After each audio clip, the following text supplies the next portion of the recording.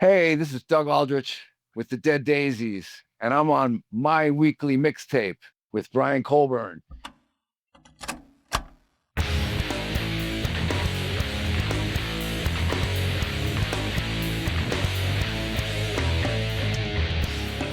Welcome to My Weekly Mixtape, a podcast that takes the classic mixtape approach to building a modern playlist. I'm your host, Brian Colburn. Tonight, I'm excited to welcome Doug Aldrich of the Dead Daisies to the program. Now, I had the pleasure of speaking with Doug many moons ago back on the Toonstyles podcast, so I'm really grateful to have the opportunity one more time. Doug, welcome to the show, my friend. Hey, thanks, Brian. Thanks for having me. Good to talk to you again. Likewise. It's been about 5 years or whatever, something like 6 years. It seems so long ago, but like yesterday at the exact same time. But with that, this is technically your first time on My Weekly Mixtape. So I am going to start by asking you my first time guest question, which is, what does the word mixtape mean to you? I mean, mixtape to me means that I'm going to put together a tape that basically covers certain things, feelings that I have, or certain agendas that I've got going on. So, like, I might have my relaxing mixtape. That's what it means to me. Is I wouldn't take all my favorite stuff and put it on one mixtape so much unless it was just to have a document of it. Because when I'm at the gym or something, I want to listen to one thing. When I'm in bed, kind of chilling, I go deep down into some rabbit holes where it's like I want to relax, And so they're very different. But my mixtape would be a representation of whatever mood I'm in. Awesome. Well, tonight we're going to take a deep dive into the Dead Daisies' brand new album, Lookin For Trouble, which is the band's hat tip to the blues, featuring covers of classic tracks from Robert Johnson, John Lee Hooker, and Muddy Waters, just to scratch the surface. Now, starting at a higher level here, could we start by talking about where your love of the blues genre maybe started? Absolutely. I mean, I think that speaking for probably the guys in the band, maybe Michael Devin's an exception because he's very astute when it comes to blues and the history. But the rest of us got exposed to the blues music through the artists that we grew up listening to, which were rock artists that were influenced by them. So for me, the first one was probably, getting exposed to stuff like Hendrix or Jeff Beck, and also definitely Led Zeppelin. Led Zeppelin, I think the song Rock and Roll was on the radio at the time. And I think the first Zeppelin album I got was Zeppelin 2. And that's got some really, the Lemon song, which was taken from My Killing Floor or something. A Whole Lot of Love was like a Willie Dixon thing or a Howlin' Wolf thing. I can't remember, but those were all heavily influenced by the blues. And that was the first experience to it, was through those bands. And the Stones too. Right? Oh, you can't forget them. Yeah. Well, obviously, groups you were a part of, such as Whitesnake, always had their finger on the pulse of the blues, especially in their earliest works. But it might not be as obvious if you're listening to, say, Dio or Lion. So how would you say the blues as a whole has been part of your career in music, even if it's not front and center, as we're hearing on Lookin For Trouble? I think that just naturally when I was a kid learning to play music, that you end up jamming a 1-4-5 chord progression when you're playing with people. That's kind of the go-to jam is, okay, let's just play, Somehow I learned a very simple, and then you would go to the 4 chord. And so there might be a song on a Lion record or even a Whitesnake record or whatever, where you basically start on some kind of say, for example, A minor, and then you go to D minor, and then you go to E, and it is blues based. And so those were still, even though Lion, for example, was a rock band, and we were influenced by bands like Zeppelin and Whitesnake and Thin Lizzy, there was, naturally just some blues progressions that would come out. I mean, all the rock and roll stuff kind of really did originate from that blues stuff with Chuck Berry and Elvis kind of rocking it up in the very beginning.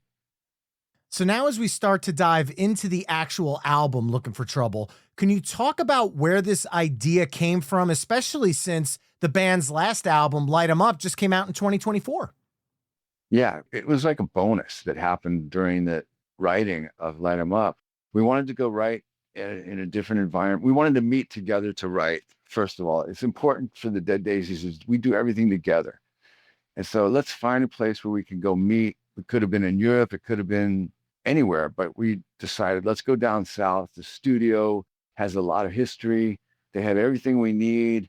Just bring a guitar and let's go down there and we'll just write. And that's what we did. But during that period, in that studio, Fame Studios where we recorded it, and it's interesting, we did not record Light 'Em Up there, but we were there to write Light 'Em Up. And during the period of being there, we realized how much amazing history had been going in that studio, starting with Aretha Franklin and Wilson Pickett, Etta James. And one of the ways a studio like that can stay afloat is they do a lot of tours. They'll have like people come in and they'll do 20 to 60 people every day. And we'd take a break for dinner. They'd have the tour come in. We'd be in the control room listening to these stories about, hey, right over here is where Dwayne Allman shook the hands of Wilson Pickett. And this is the piano where Aretha Franklin first sang, I've Never Loved a Man. And then it started talking about down south and the crossroads and what it was like back then. And we started getting inspired, listening to some stuff. And just, even though we were working on our rock record, at night, we'd, after a couple glasses of wine or whatever, we just want to have a jam, have a play. And we'd start jamming on some of these songs. And that led to, well, what if we did it a little differently? What if we took that version, like, for example, Crossroads? Of course, we played it the Cream way, but then we decided later, like, well, let's listen to the original, and then we would take something and maybe rock it up in a different way. Like the way that Cream rocked it up was really cool, but we wanted to do it a little different. So we kind of fell into a groove that was very similar to Celebration Day by Zeppelin. And that's where the groove came from for our version of Crossroads.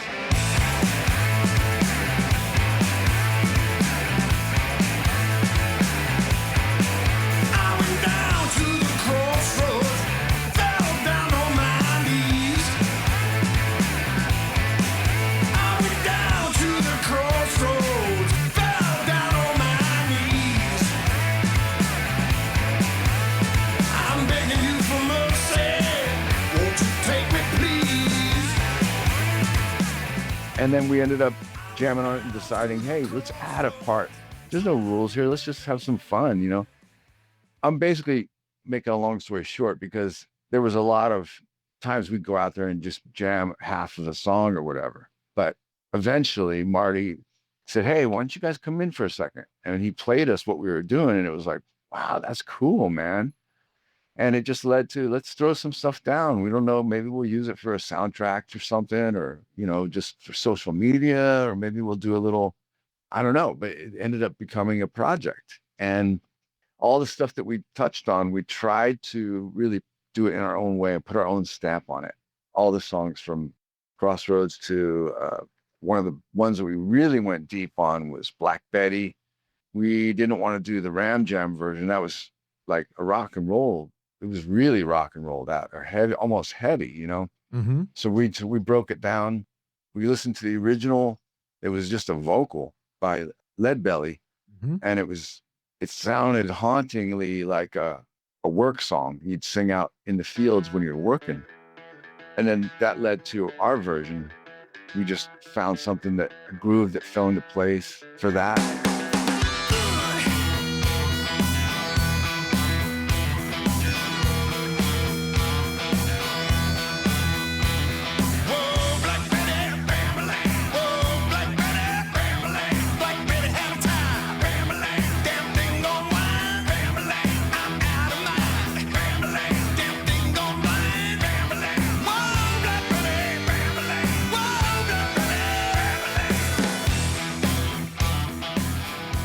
Now, Doug, maybe you can help me out here. On the album, you have Sarah Tomic playing drums, but with the band as the full-time drummer, and on the live performances that I've seen from some of the songs from this album, you have Tomic Clufetos. The whole story quickly is we went down to Muscle Shoals to write. And so we were doing pre-production with Sarah Tomic, who Sarah plays with Steven Tyler, and she's got a lot of different artists that she works with. And Marty suggested her. We didn't have a drummer at the time. Tommy was doing something else. And he said, let's just get Sarah. Sarah can play anything. We're just for writing, we're just making pre-production demos. But then when we started tracking the blues stuff, she sounded great. And we didn't know it was going to be an album. So she is the drummer on the blues album, and she did a fantastic job. And she can basically, we were throwing all kinds of ideas at her and or she'd come up with ideas. And it was just perfect for the songs that we were doing. It felt great. We didn't even think anything of it. So it's Sarah Tomic on it. Tommy Clufetos has been playing it live with us, playing the blues stuff that we did live. And he's an incredible drummer. I mean, there's no question. He's just insane. But she did a great job. She really worked super fast. We knocked this thing out in under a week, Really?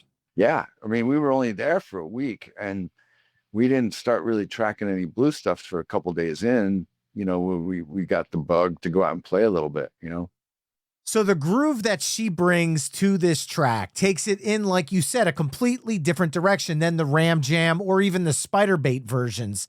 And now I'm going to say this with the highest of compliments. To me, the Dead Daisies take on Black Betty reminds me of that early 70s ZZ Top swagger. Was that kind of what the band was honing in on? Yeah, it's kind of the way the guitar part goes. The way it was not on purpose, but now that you mention it, what was that song? I don't know. Waiting for the Bus. Waiting on the Bus. That's kind of the groove that I just started playing, thinking like, okay, I'm gonna find something that's with Black Betty, we wanted to do our own thing, and I started playing that, and then I started playing the melody with it, the way that even Ram Jam or Lead Belly, just the melody, playing it on the guitar at the same time as doing that rhythm, kind of in a blues fashion. And so, yeah, that's how it started. And I didn't even think about it, but it is kind of a ZZ Top rip. Well, then let's dive even deeper into the blues here with the band's take on B.B. King's The Thrill Is Gone.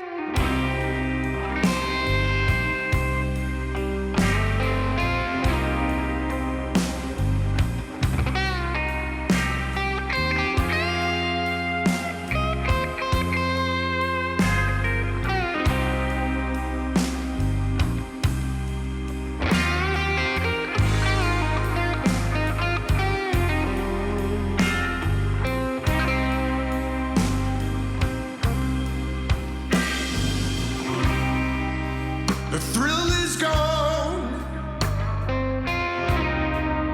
The thrill has gone away. The thrill is gone, baby. The thrill has gone away. You know you done me wrong, baby, and you'll be sorry someday. The thrill is gone. It's gone away from me. The thrill is gone, baby. The thrill is gone away from me. Although I still live on, oh, but so lonely I will be. Well, one thing's for certain, the band did not shy away from tackling the songs that are pretty much ingrained in everyone's musical DNA. Did that present a challenge when you were trying to put your own spin on a song like this? Thrill Is Gone. The B.B. King version is perfect. How are you going to beat that? It's like impossible. It's beautiful. I wouldn't even want to mess with it because it's just perfect. It is. But then Corabi goes, hey, why don't we do it like kind of hit that song like in a way like Zeppelin did T for One or Since I've Been Loving You, which is in a 6/8 feel. Yep. So we did it like that, and it became different. It became ours, And that was one where it was at the end of the day, we were just trying to get through our arrangement of how we were going to do it. And I had a little different progression at the very end of the song. I thought actually we could put that progression as a solo section in the song, But Marty goes, no, let's keep it for the end. And we were just kind of work out that arrangement, and we put it down, and he goes, okay, cool. Let's hit it fresh in the morning. And he goes, take home an MP3 and let's listen to it. And everybody learn what you did, and we'll come back and hit it. And I listened to it that night and in the morning. And I was like, I don't know. I can't relearn. This was played by feel. I wasn't even thinking, I was just like reacting to a vocal or to whatever, a drum fill. And I told Marty, I go, I don't know if I can do it any better. That's about as good as I could possibly do it. I can play it differently, but I was afraid. I was nervous, like that it was going to get worse and worse every time. I was really afraid to go back to that song. It's hard to put into to have you understand, but I was like, I did not want to play it again. I was like, wow, there was some licks on there that I've never done before, and I just didn't know where it came from. So I didn't want to go back to it. And he made me go back to it and play it a couple more times. But in the end, he goes, look, if you like the original the best, let's just keep that. And there was a couple of chords under the vocal that were just a little out of tune because we were just rolling. It was just pre-production. And my guitar was a little like a chord that normally you could hear it. I didn't notice that it was out of tune. So we fixed that. And that's the take. The guitar's the first take, the first time I ever got through the arrangement. Wow. That's how it was. Well, we've mentioned his name a couple times, and I want to bring some clarification to Marty. And for those people that don't know, that's Marty Frederiksen, who works with the Dead Daisies on the last album as well as this one. Can you talk about the influence he had on these sessions and maybe some of the renditions you were working on? Well, Marty's a very inspiring person in the studio. He's pretty low key. He's really chill, man. He just kind of hangs out in the back and just go like, he won't say much, but then he'll just be like, hey man, what do you think about this? Like, what if you played it like this? You just say that. Like, that's a good idea. All right, yeah, let me try that. Like, yeah, man, go try that. He's just like kind of like your big brother that's cooler than you. And like it was many times. And I was pretty freaked out a couple of times because I was like, man, I don't even know the song yet. And it's like, he's like, it sounds great. Don't even think, just play.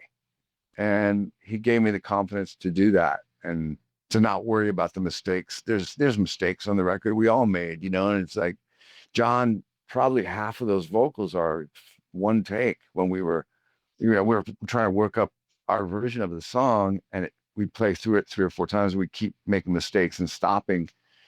Finally, we get it, and it's like, okay, done. And John would probably be thinking like, when I come back to redo the vocal, it's going to even be better. But Marty was not really super into like polishing it. He wanted it to be raw and rough, and so but yeah, with Marty on every record, by the way, we've done also 2 other albums with Marty. When I first joined the band, we did Make Some Noise, and then we did Burn It Down, and both had a bit of, everything that we do with Marty, he's a songwriter with us. Like he's involved in lyrics, melodies, guitar parts, whatever. And so same with this, there was a couple songs where we, like I said, Crossroads, we came up with an extra bridge for the song. It was like hitting a C, yeah, I've been down at the crossroads, A, and then we just back to the riff. But that was Marty's, like, are you sure we should do that? Fuck yeah, man. Who cares? It's make it our own, That's how he was. Well, how did you guys whittle down all of that inspiration that you were talking about earlier into this batch of 10 tracks? We actually didn't have 10. We probably had, I think we had 8, and a couple of them we just knocked out like at the last minute because we decided let's get 10 things together. We talked about a lot of stuff and we played through a lot of stuff, but there were certain things that we weren't able to really make it special. It was just going to be like doing the song the same way and the songs that we were most excited about were the ones where we could really put our stamp on them. Awesome. There was actually an 11th track, but we ended up, the music turned out to be so original that we made it into a song that we put on Light 'Em Up, a song called Take My Soul. It's the last song on Light 'Em Up.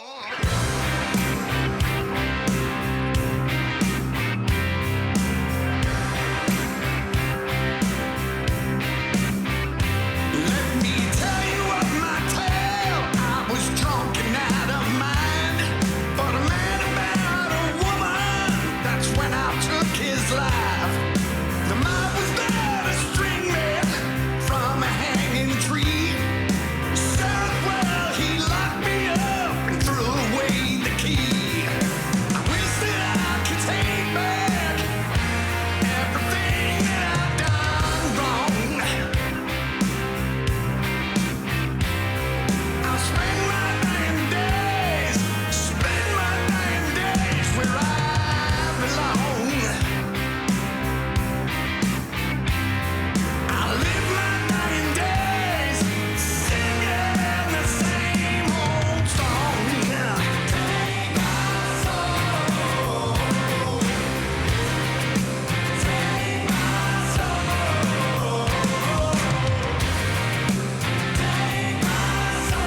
take my It's got a bluesy vibe to it, and we were messing around with this song, messing around with Terraplane Blues, and we had listened to various versions, and we came up with some music that was just completely different and original. And Marty said we should just keep that, make a song of our own for that, and then that ended up on Light 'Em Up. But yeah, it was down to I think one of the last tracks we cut was Sweet Home Chicago. It's just, it's like a party song. Come on, baby, don't you wanna go? Oh, come on, baby, don't you wanna go? Yeah, back to the same old place, to my sweet home Chicago. It's a lot of fun, just makes you want to dance, And then each song we treated differently. We put something different to it, so it was going somewhere. There was a couple that we kept close to the original, but we rocked them up our own way. Like Going Down is pretty much like Yardbirds or Jeff Beck version. It's kind of like that. But Dead Daisies has always had a lot of songs with this downstroke thing. We always have a song with, it's like this thing that David Lowy has always loved, which is the AC/DC downstroke vibe. Yeah. It's like some songs that we've done. And so when we talked about doing that, he loved it. So it was like, let's just keep it downstroke. And we're,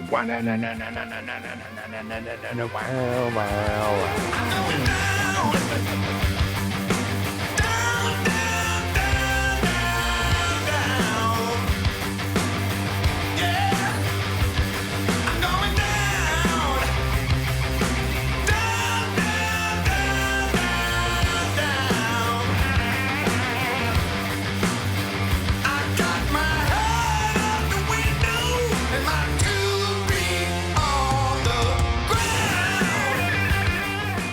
So that song we kept pretty much similar, but a lot of stuff we took it really out of its element.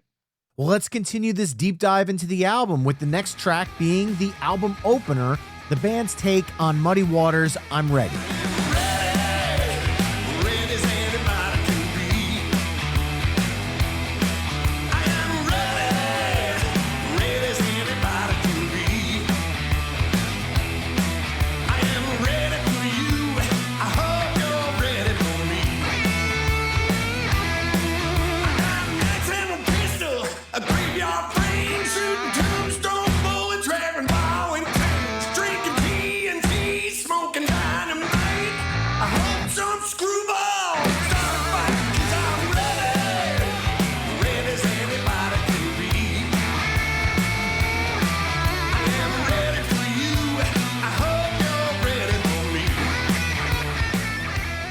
Given all of the massive anthems that you've charted out across these 10 songs, how did you decide on the sequencing for this album?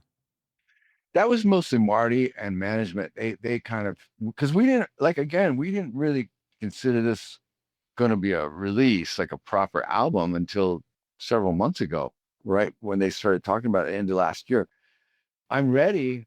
We ended up rocking it up a little bit, kind of like I don't know, I'm just going to throw it out there, like kind of like a Stevie Ray Vaughan type of thing. There was this guitar, this intro that reminded me, I just started messing around with it and it reminded me of Stevie Ray Vaughan a little bit. And then when the song kicked in, it almost had like a Zeppelin vibe or something to it. But then John hit the melody and there it is. It sounds immediately, it's like, the song. And that song just had a perfect vibe and tempo, I think, to start the whole project off. And I also love the fact that you guys honored the original's harmonica solo thanks to Michael Devin.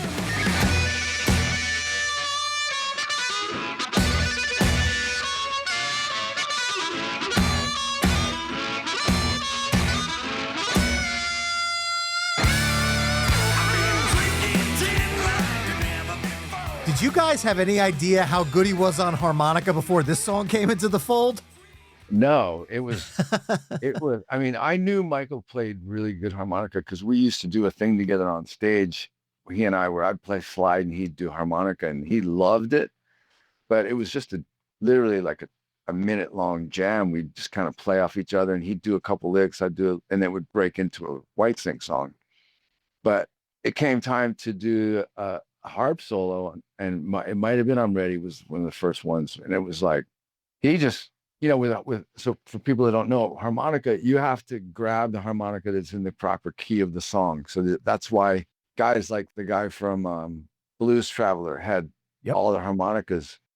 I didn't know that back in the day, but you have to have a different harmonica for every key. So once Michael got his harmonicas, we hit record and he threw something down. It was like, wow. It was the whole song. Now, of course, it's blues 1-4-5. But so it's not, that's pretty much you play in the same scale and whatever you do is going to work. But he plays legitimately like real harp. He sounds like, he's bending notes and blowing and sucking and making it bark. And it was amazing. So no, we didn't know how good he was. And John plays great too, but it ended up being Michael's gig. John was busy writing and all that kind of stuff. Well, the next song I'd like to talk about is the band's take on the legendary Albert King's Born Under a Bad Sign.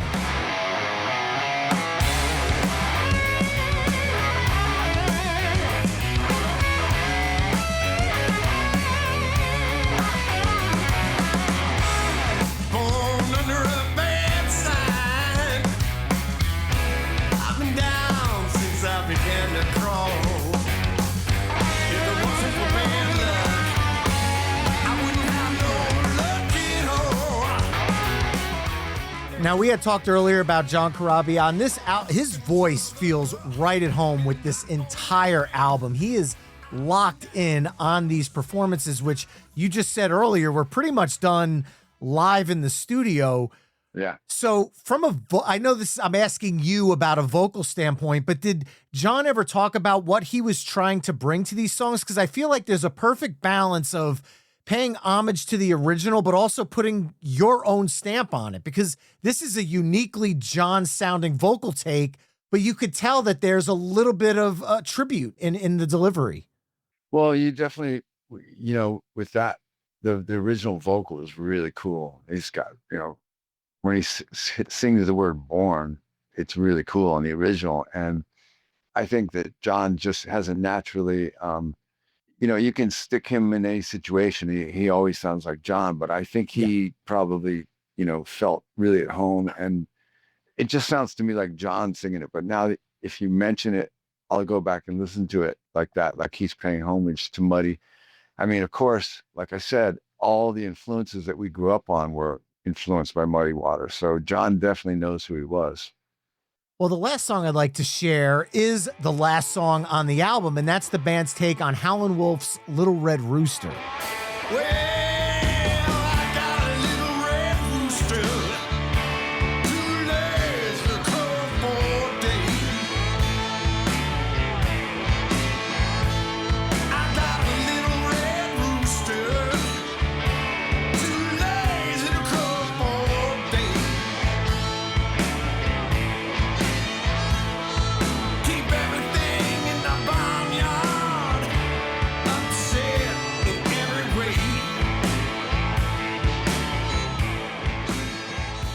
Now, Doug, all of these songs across this entire album sound so right at home for the Dead Daisies.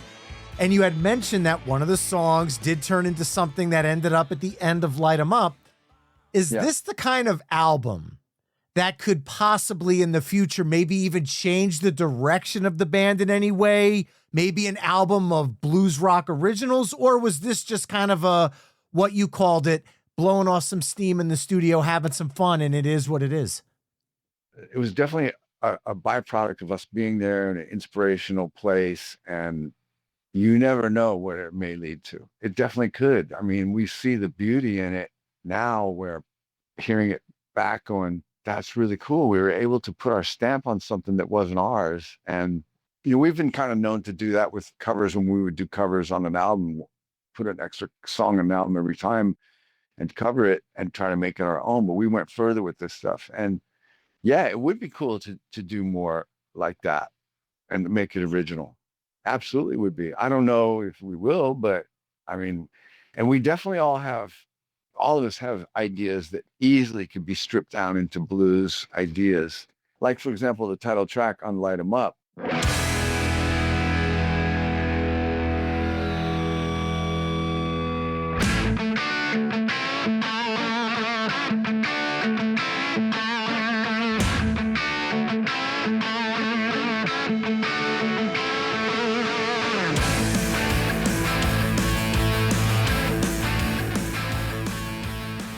If you took that riff and played that riff through a smaller amp and maybe slowed it down a little bit, that would be more bluesy, So you never know, man. I would love it. Well, given you guys are on tour this summer and you're going to be playing songs from this album, how do you plan on incorporating them? Is it going to be a heavier blues set, or are you just going to drop a couple in, or are you just going to say fuck it and do an entire evening of the blues? I think that right now we're going to drop a couple in and we're going to try and keep them in the vein that they are, maybe do a section in the show, like 3 or 4 songs doing the hat tip, as you said. Mm-hmm. But I could definitely see us, doing a whole blues show at some point featuring the album. Well, before we start wrapping things up, I would be remiss if I didn't take us slightly off the rails here, because there are a bunch of mixtapers that listen to the show that, like me, grew up a huge fan of Transformers the movie. And I'm going to argue that my next question actually is relevant, because when I saw Optimus Prime bite it on the big screen at 9 years old, that was one of the first times I felt the blues. I mean, I cried my eyes out at that movie. But joking aside, Lion's version of the Transformers theme song from 1986's Transformers the movie, as far as I'm concerned, is the quintessential Transformers theme. And I would love to hear the story about how the band took that 30-second original and, for lack of a better term, and I apologize in advance, transformed it into your own tune. That's a funny thing, because we were playing around Los Angeles and every label passed on us because we weren't like your typical LA band. We didn't have, our songs were not like Motley Crue or Poison. We were more influenced, as I said, by, our singer was British. So we had Zeppelin and Deep Purple, and he loved Thin Lizzy and Whitesnake. Cal Swan loved David Coverdale. So that was our sound, and nobody really wanted that sound, but we found a label that said, we can't give you much money. In fact, we can't give you any money up front, but we'll put out the record, you record it in our studio, and then we'll also get you on some movie soundtracks. And the first one was, they said, we need a theme song. So our job was to take that 30-second clip and make it into a rock song. And first thing I don't remember exactly what came first, but I mean, we had the chorus that we needed to make work, and we've worked on that a little bit. And then eventually we found a riff, which was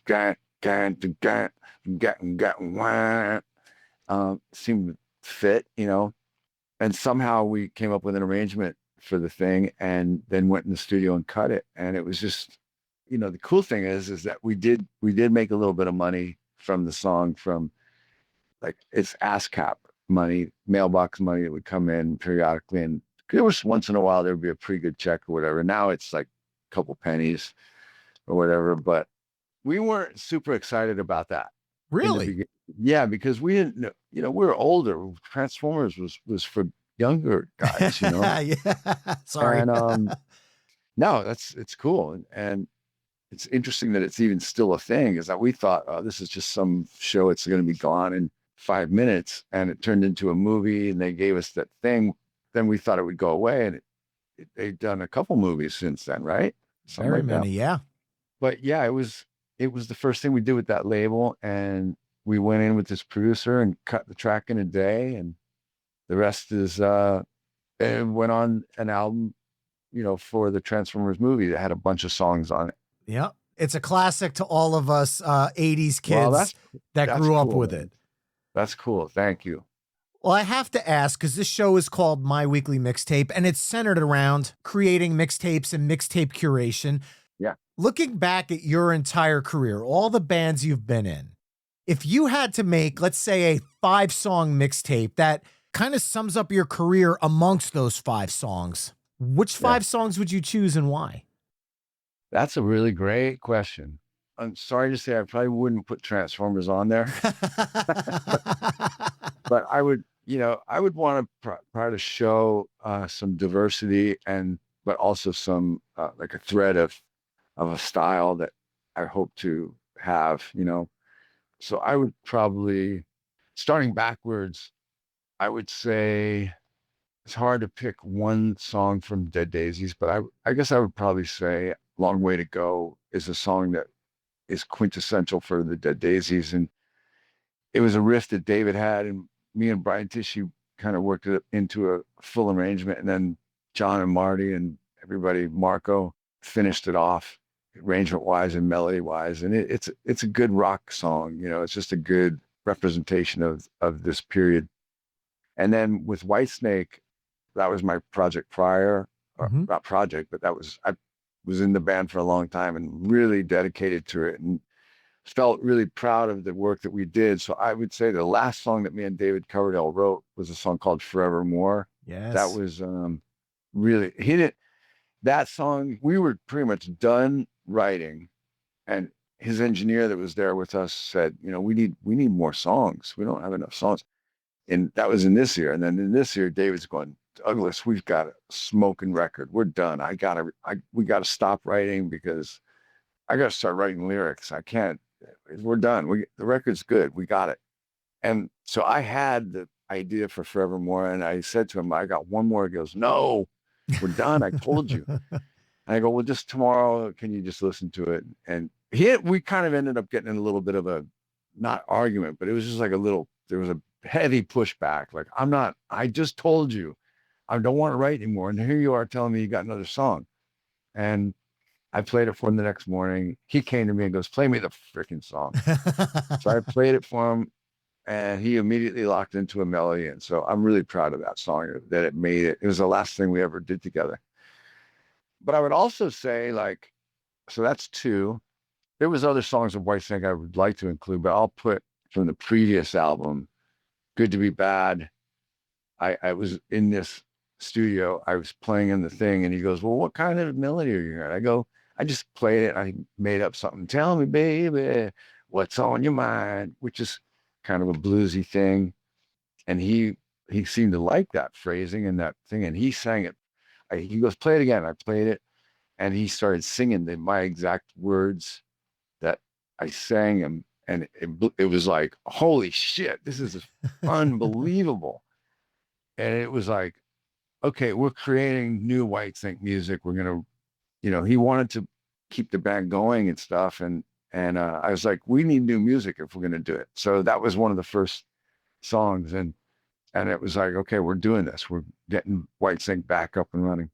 So that's 3. I would say with Dio, that album we did was pretty cool. There was a lot of, it was getting back to the roots of Dio and back to the more traditional guitar oriented stuff. And I've listened to it once in a while, little bits here and there. And it was just a great memory for me. I would say he and I co-wrote 2 songs on that album. And it's a kind of a sleeper track, but I really loved it. It was a song called Scream. It's a slow song. when I joined the band, they had 8 songs already. But they needed a couple more. And I just felt like, let's do a slow, kind of a Holy Diver, kind of a Last in Line or a Heaven and Hell type of song to fill it out. And then prior to Dio, maybe with, there's a couple things I would say. This is another one that maybe people didn't know about, but House of Lords, Yeah. I played on the Sahara record, and we did a cover of Can't Find My Way Home, which was getting a lot of attention back then. And, that I had played on the demo, and Gene was the record company. Gene Simmons was the record company. He said, I want you to join the band. I said, I can't join the band. I'm contractually set up with Hurricane, and we've got a record coming out, but I'll play on the record. And the version of Can't Find My Way Home, it's hard to find now because they recut it with a different guitar player later. Just, I don't know why, but the original version I was really proud of. So Can't Find My Way Home, it was a Blind Faith tune, as you know. Yeah. And then, there's other bands that that I could throw in there and stuff, but I'll jump to Lion.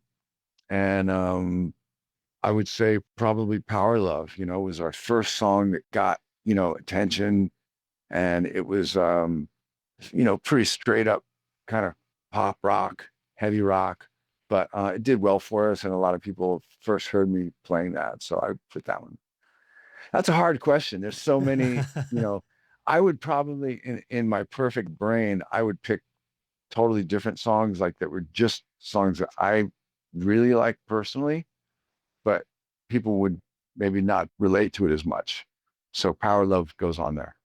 Pick up your copy of the Dead Daisies Looking for Trouble starting on May 30th. And if you're tuning in from Europe or the UK, be sure to check out the band when they're in your city.